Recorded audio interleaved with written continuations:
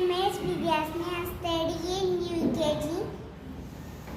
திருக்குறள் குலநிலிதே யானெழுதே என்பது மக்கள் மலர் சொல் தேலாதவர் தந்தை மகற்கே ஆட்டும் நந்தி அவ்வியத்து முந்தி இப்பச்செயல் மொப்பக்கொலையும் அழிச்சால் முகம் திருந்தே மொக்கக்குழியும் இருந்து அகரமுழுத்து எழுத்தால் ஆதிபவன் முதத்தே ஒழுக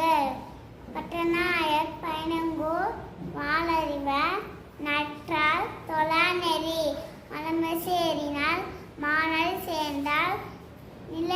நிலமிசை நீடு வாழ்வார்